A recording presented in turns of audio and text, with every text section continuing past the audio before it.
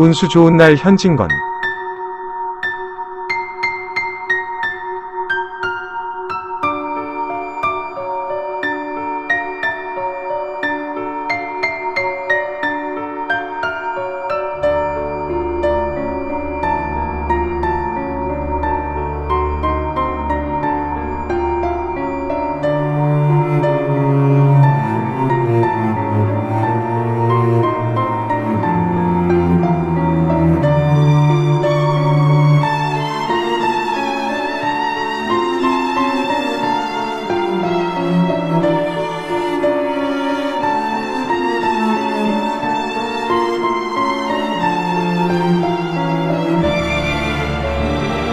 새침하게 흐린 품이 눈이 올 듯하더니 눈은 아니 오고 얼다가 만 비가 추적추적 내리는 날이었다.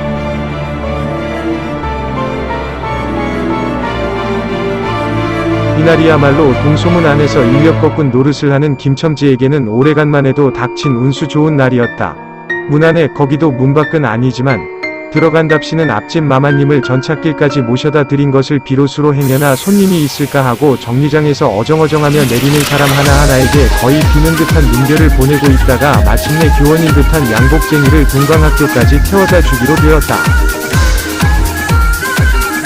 첫 번에 30전, 둘째 번에 50전 아침 백바람에 그리 흉치 않은 일이었다.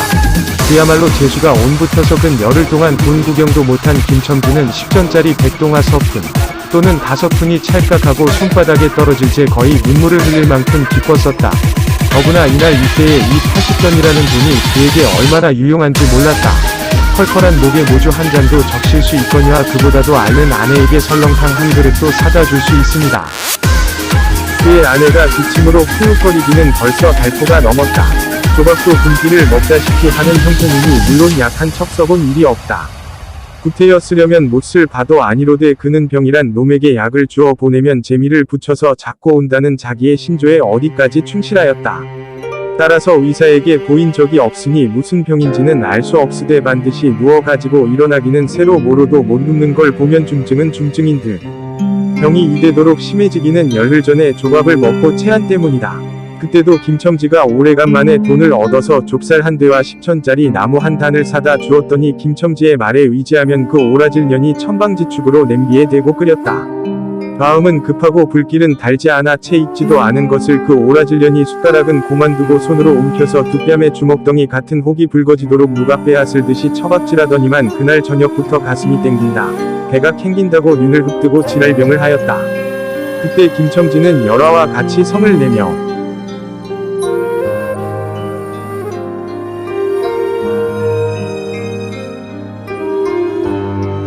에이, 오라질년. 조랑복은 할 수가 없어. 못 먹어 병, 먹어서 병. 어쩌란 말이야. 왜 눈을 바로 뜨지 못해. 하고 앓는 이 뺨을 한번 후려갈 꼈다. 흡뜬 눈은 조금 바루어졌건만 이슬이 맺히었다. 김첨지의 눈시울도 뜨끈뜨끈하였다. 이 환자가 그러고도 먹는 데는 물리지 않았다. 사흘 전부터 설렁탕 국물이 마시고 싶다고 남편을 졸랐다. 이런 오라질 년, 조밥도 못 먹는 년이 설렁탕은 또 처먹고 지랄병을 하게 라고 야단을 쳐보았건만 못 사주는 마음이 시원치는 않았다. 인제 설렁탕을 사줄 수도 있다. 앓는 어미 곁에서 배고파 보채는 개똥이 3살 먹이 에게 죽을 사줄 수도 있다. 80전을 손에 쥔 김첨지의 마음은 푼푼하였다.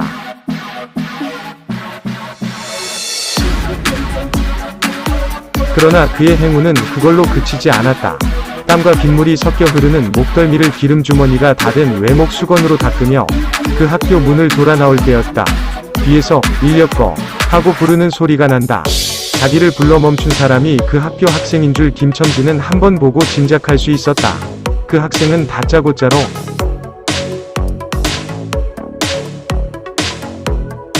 남대문 정거장까지 얼마요? 라고 물었다. 아마도 그 학교 기숙사에 있는 이로 동기방학을 이용하여 귀향하려 함이리라. 오늘 가기로 작정은 하였건만 비는 오고 짐은 입고 해서 어찌할 줄 모르다가 마침 김첨지를 보고 뛰어나왔음이리라. 그렇지 않으면 왜 구두를 채 신지 못해서 질질 끌고 비록 고구라 양복 일망정 노바기로 비를 맞으며 김첨지를 뒤쫓아 나왔으랴.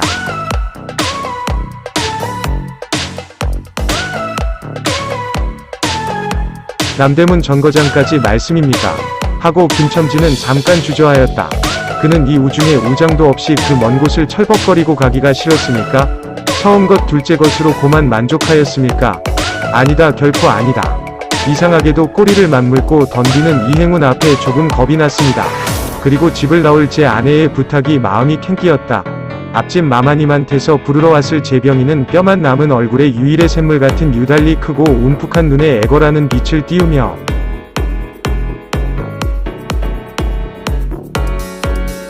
오늘은 나가지 말아요. 제발 덕분에 집에 붙어 있어요. 내가 이렇게 아픈데 라고 모기 소리같이 중얼거리고 숨을 걸그렁걸그렁 하였다. 그때의 김첨지는 대수롭지 않은 듯이 아따 젠장 맞으면 별 빌어먹을 소리를 다 하네. 맞붙들고 앉았으면 누가 먹여 살릴 줄 알아. 하고 훌쩍 뛰어나오려니까 환자는 붙잡을 듯이 팔을 내저으며 나가지 말라도 그래. 그러면 일찍이 들어와요. 하고 목매인 소리가 뒤를 따랐다. 정거장까지 가잔 말을 들은 순간에 경련적으로 떠는 손 유달리 큼직한 눈을 듯한 아내의 얼굴이 김첨지의 눈앞에 어른어른하였다.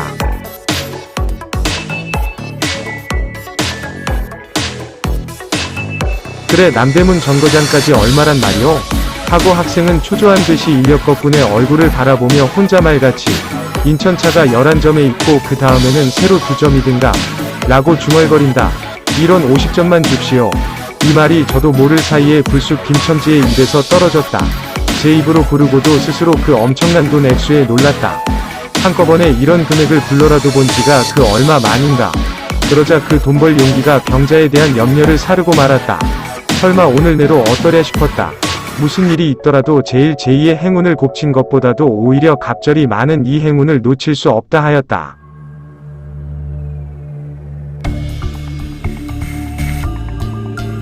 이런 50전은 너무 과한데. 이런 말을 하며 학생은 고개를 기웃하였다. 아니올시다. 이수로 치면 여기서 거기가 10월이가 넘는답니다. 또 이런 진날은 좀 더 주셔야지요. 하고 빙글빙글 웃는 차부의 얼굴에는 숨길 수 없는 기쁨이 넘쳐 흘렀다. 그러면 달라는 대로 줄 터이니 빨리 가요. 관대한 어린 손님은 이런 말을 남기고 총총히 옷도 입고 짐도 챙기러 갈 대로 갔다. 그 학생을 태우고 나선 김첨지의 다리는 이상하게 거뿐하였다. 다름질을 한다는 이보다 거의 나는 듯하였다. 바퀴도 어떻게 속히 도는지 구른다는 이보다 마치 얼음을 지쳐나가는 스케이트 모양으로 미끄러져 가는 듯하였다. 언 땅에 비가 내려 미끄럽기도 하였지만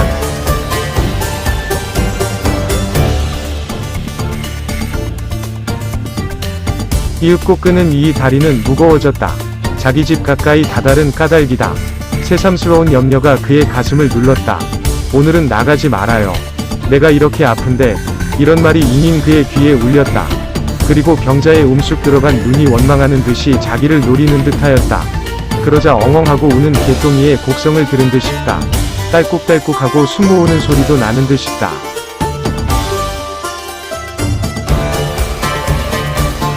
왜 이리오? 기차 놓치겠구먼. 하고 탄 이 추조한 부르짖음이 간신히 그의 귀에 들어왔다. 언뜻 깨달으니 김첨지는 인력거를 쥔 채 길 한복판에 엉거주춤 멈춰있지 않은가. 예, 하고 김첨지는 또다시 다름질하였다. 집이 차차 멀어갈수록 김첨지의 걸음에는 다시금 신이 나기 시작하였다. 다리를 제게 놀려야만 쉴 새 없이 자기의 머리에 떠오르는 모든 근심과 걱정을 잊을 듯이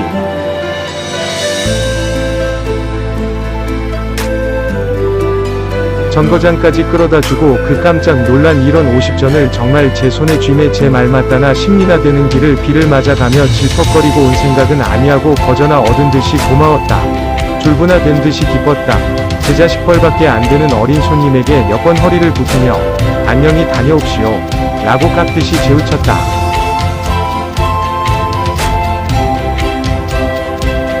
그러나 빈 인력거를 털털거리며 이 우중에 돌아갈 일이 꿈밖이었다. 노동으로 하여 흐른 땀이 식어지자 굶주린 창자에서 물 흐르는 옷에서 어슬어슬 한기가 솟아나기 비롯하며 이런 50전이란 돈이 얼마나 괜찮고 괴로운 것인 줄 절절히 느끼었다. 정거장을 떠나는 그의 발길은 힘하나 없었다. 온몸이 옹송그레지며 당장 그 자리에 엎어져 못 일어날 것 같았다. 젠장 맞을 것. 이 비를 맞으며 빈 인력거를 털털거리고 돌아를 간다. 이런 빌어먹을 제 할미를 붙을 비가 왜 남의 상판을 딱딱 때려.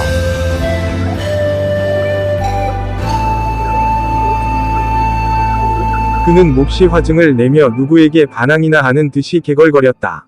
그럴 즈음에 그의 머리엔 또 새로운 광명이 비쳤나니 그것은 이러고 갈 게 아니라 이 근처를 빙빙 돌며 차 오기를 기다리면 또 손님을 태우게 되는지도 몰라란 생각이었다. 오늘 운수가 괴상하게도 좋으니까 그런 유행이 또 한 번 없으리라고 누가 보증하냐. 꼬리를 굴리는 행운이 꼭 자기를 기다리고 있다고 내기를 해도 좋을 만한 믿음을 얻게 되었다. 그렇다고 정거장 인력 덕분에 등살이 무서우니 정거장 앞에 섰을 수는 없었다. 그래 그는 이전에도 여러 번 해본 일이라 바로 정거장 앞 전차 정류장에서 조금 떨어지게 사람 다니는 길과 전차길 틈에 인력거를 세워놓고 자기는 그 근처를 빙빙 돌며 형세를 관망하기로 하였다. 얼마 만에 기차는 왔고 수십 명이나 되는 손이 정류장으로 쏟아져 나왔다. 그 중에서 손님을 물색하는 김첨지의 눈엔 양머리에 뒤축 높은 구두를 신고 망토까지 두른 기생 태물인 김남봉 여학생인 듯한 여편네의 모양이 띄었다. 그는 슬근슬근 그 여자의 곁으로 다가들었다.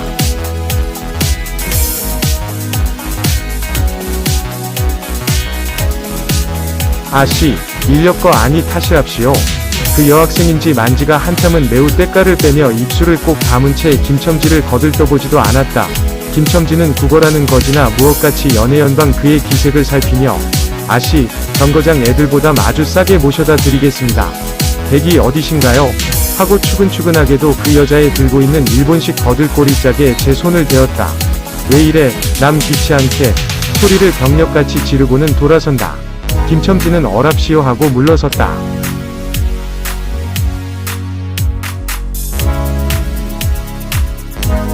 전차는 왔다. 김첨지는 원망스럽게 전차 타는 일을 노리고 있었다. 그러나 그의 예감은 틀리지 않았다. 전차가 빡빡하게 사람을 싣고 움직이기 시작하였을 제 타고 남은 손 하나가 있었다. 굉장하게 큰 가방을 들고 있는 걸 보면 아마 붐비는 차 안에 짐이 크다 하여 차장에게 밀려내려온 눈치였다. 김첨지는 대어섰다. 인력거를 타시랍시오. 한동안 값으로 승강이를 하다가 입식 전에 인사동까지 태워다 주기로 하였다. 인력거가 무거워짐에 그의 몸은 이상하게도 가벼워졌고 그리고 또 인력거가 가벼워지니 몸은 다시금 무거워졌건만 이번에는 마음조차 초조해온다. 집의 광경이 자꾸 눈앞에 어른거리어 인제 여행을 바랄 여유도 없었다. 나무 등걸이나 무엇 같고 제 것 같지도 않은 다리를 연해 꾸짖으며 질팡달팡 뛰는 수밖에 없었다.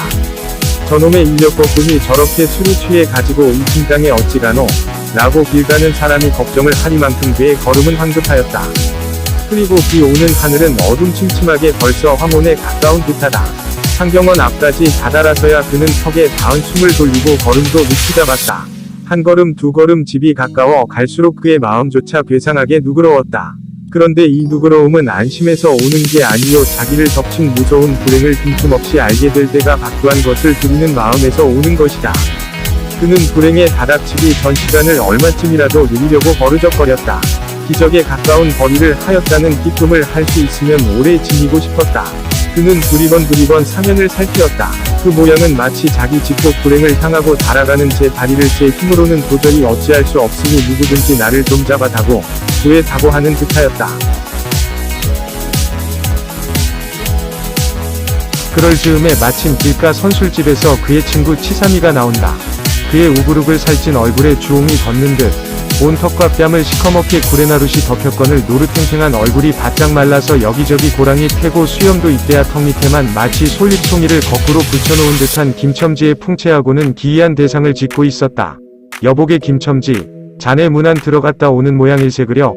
돈 많이 벌었을 테니 한 잔 빨리게. 뚱뚱 보는 말라깽이를 보던 마태 부르짖었다. 그 목소리는 몸집과 딴판으로 연하고 싹싹하였다. 김첨지는 이 친구를 만난 게 어떻게 반가운지 몰랐다. 자기를 살려준 은인이나 무엇같이 고맙기도 하였다.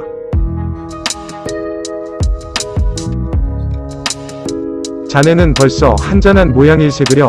자네도 오늘 재미가 좋아 보이. 하고 김첨지는 얼굴을 펴서 웃었다. 아따, 재미 안 좋다고 술 못 먹을 낸가. 그런데 여보게, 자네 왼몸이 어째 물독에 빠진 새앙쥐 같은가. 어서 이리 들어와 말리게.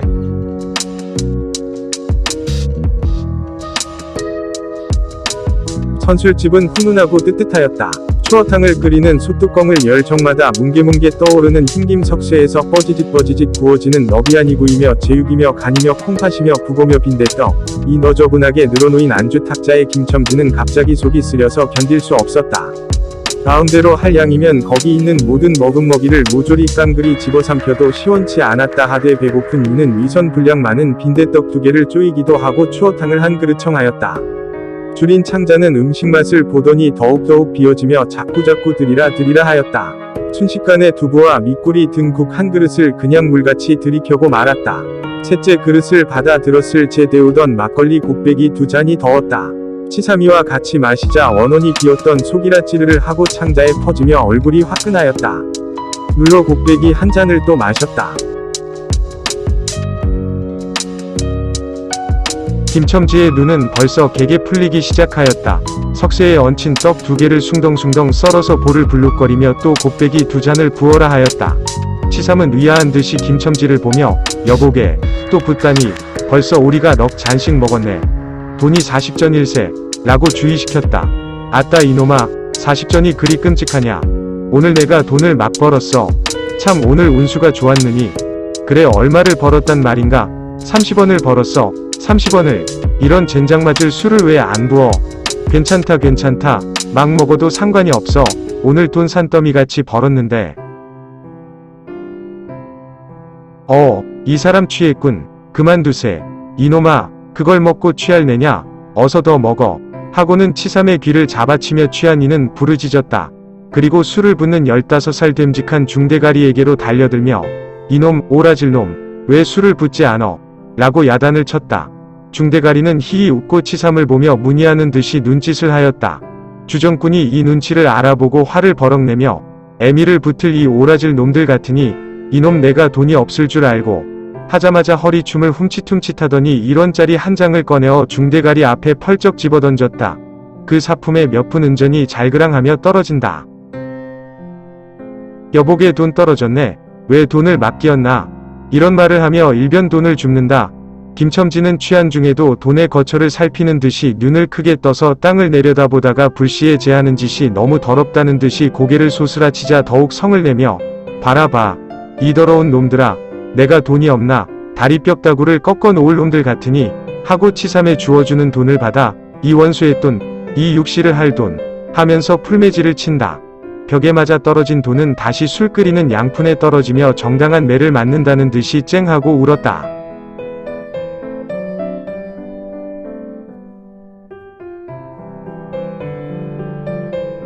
곱빼기 2잔은 또 부어질 겨를도 없이 말려가고 말았다.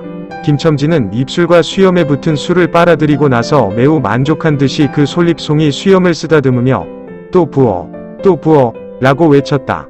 또 한 잔 먹고 나서 김첨지는 치삼의 어깨를 치며 문득 껄껄 웃는다. 그 웃음소리가 어떻게 컸던지 술집에 있는 이 눈은 모두 김첨지에게로 몰리었다. 웃는 이는 더욱 웃으며 여보게 치삼이 내 우스운 이야기 하나 할까. 오늘 손을 태고 정거장에 가지 않았겠나. 그래서 갔다가 그저 오기가 안 됐대 그려. 그래 전차 정류장에서 얼음얼음하며 손님 하나를 태울 궁리를 하지 않았나. 거기 마침 마마님이신지 여학생이신지 요새야 어디 논다니와 아가씨를 구별할 수가 있던가. 망토를 잡수시고 비를 맞고 서 있겠지. 슬근슬근 가까이 가서 인력거 타시랍시오 하고 손가방을 받으려니까 내 손을 탁 뿌리치고 획 돌아서더니만 왜 남을 이렇게 귀찮게 굴어. 그 소리야말로 꾀꼬리 소리지. 허허. 김첨지는 교묘하게도 정말 꾀꼬리 같은 소리를 내었다. 모든 사람은 일시에 웃었다. 빌어먹을 깍쟁이 같은 년. 누가 저를 어쩌나. 왜 남을 귀찮게 굴어. 어이구 소리가 처신도 없지. 허허. 웃음소리들은 높아졌다. 그러나 그 웃음소리들이 사라도지기 전에 김첨지는 훌쩍훌쩍 울기 시작하였다. 치삼은 어이없이 주정뱅이를 바라보며 금방 웃고 지랄을 하더니 우는 건 또 무슨 일인가. 우리 마누라가 죽었다네. 뭐 마누라가 죽다니. 언제. 이놈아 언제는. 오늘이지. 애끼 미친놈. 거짓말 마라. 거짓말은 왜. 참말로 죽었어. 참말로 마누라 시체를 집에 뻗을쳐 놓고 내가 술을 먹다니. 내가 죽일 놈이야. 죽일 놈이야. 하고 김첨지는 엉엉 소리를 내어 운다.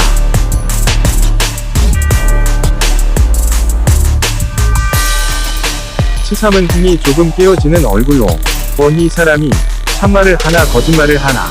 그러면 집으로 가세. 하고 오는 이이 팔을 잡아당기었다. 치삼의 끄는 손을 소리치더니 김첨지는 눈물이 글썽글썽한 눈으로 싱그레 웃는다. 죽기는 누가 죽어 하고 두개가 양양. 죽기는 왜 죽어 생태같이 살아만 있단다. 그 오라질 년이 밥을 죽이지. 인제 나한테 속았다 하고 어린애 모양으로 손뼉을 치며 웃는다. 이 사람이 정말 미쳤단 말인가. 나도 아주먼네가 앓는단 말은 들었는데 하고 치삼이도 어느 불안을 느끼는 듯이 김첨지에게 또 돌아가라고 권하였다. 안 죽었어. 안 죽었대도 그래.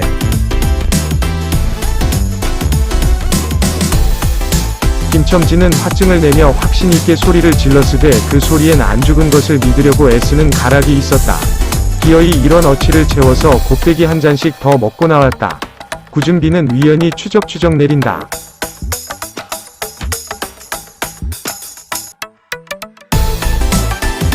김첨지는 취중에도 설렁탕을 사가지고 집에 다다랐다. 집이라 해도 물론 새 집이요. 또 집 전체를 새든 게 아니라 안과 뚝 떨어진 행랑방 한간을 빌려든 것인데 물을 길어대고 한 달에 1원씩 내는 터이다. 만일 김첨지가 주기를 띄지 않았던들 한 발을 대문에 들여놓았을 제 그곳을 지배하는 무시무시한 정적 폭풍우가 지나간 뒤에 바다 같은 정적이 다리가 떨렸으리라. 쿨룩거리는 기침 소리도 들을 수 없다. 그르렁거리는 숨소리조차 들을 수 없다. 다만 이 무덤 같은 침묵을 깨뜨린다는 이보다 한층 더 침묵을 깊게 하고 불길하게 하는 빡빡하는 그윽한 소리. 어린애의 젖바는 소리가 날 뿐이다. 만일 청각, 이 예민한 이 같으면 그 빡빡 소리는 빨따름이요. 꿀떡꿀떡하고 적 넘어가는 소리가 없으니 빈 젖을 빤다는 것도 짐작할는지 모르리라.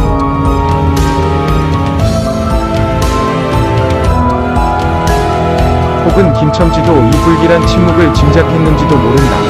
그렇지 않으면 대문에 들어서자마자 전에 없이 이 난장 맞을 년, 남편이 들어오는데 나와 보지도 않아 이 오라질 년이라고 고함을 친 게 수상하다. 이 고함이야말로 제 몸을 엄습해오는 무시무시한 증을 쫓아버리려는 허장성세인 까닭이다. 하여간 김첨지는 방문을 왈칵 열었다. 구역을 나게 하는 축이 떨어진 사짜리 밑에서 나온 먼지내 빨지 않은 기적 위에서 나는 똥내와 오줌내 가지각색 때가 켜켜이 앉은 온내 병인의 땀 썩은 내가 섞인 추기가 무딘 김첨지의 코를 찔렀다. 방 안에 들어서며 설렁탕을 한 구석에 놓을 사이도 없이 주정꾼은 목청을 있는 대로 다 내어 호통을 쳤다. 이런 오라질 년, 쥐야장천 누워만 있으면 제일이야. 남편이 와도 일어나지를 못해. 라는 소리와 함께 발길로 누운 이 다리를 몹시 찼다. 그러나 발길에 채이는 건 사람의 살이 아니고 나무등걸과 같은 느낌이 있었다. 이때의 빽빽 소리가 응아 소리로 변하였다. 개똥이가 물었던 젖을 빼어놓고 운다. 운데도 온 얼굴을 찡그려 붙여서 운다는 표정을 할 뿐이다. 응아 소리도 입에서 나는 게 아니고 마치 뱃속에서 나는 듯하였다. 울다가 목도 잠겼고 또 울 기운조차 시진한 것 같다.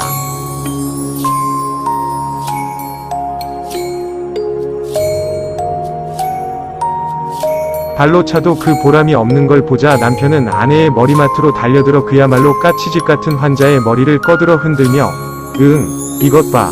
아무 말이 없네. 이년아, 죽었단 말이냐? 왜 말이 없어? 또 대답이 없네. 정말 죽었나 버이. 이러다가 누운 이 흰 창을 덮은 위로 치뜬 눈을 알아보자마자 이 눈깔 왜 나를 바라보지 못하고 천장만 보느냐?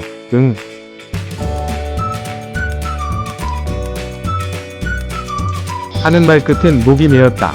그러자 산 사람의 눈에서 떨어진 다개똥 같은 눈물이 죽은 이 뻣뻣한 얼굴을 어릉어릉 적시었다.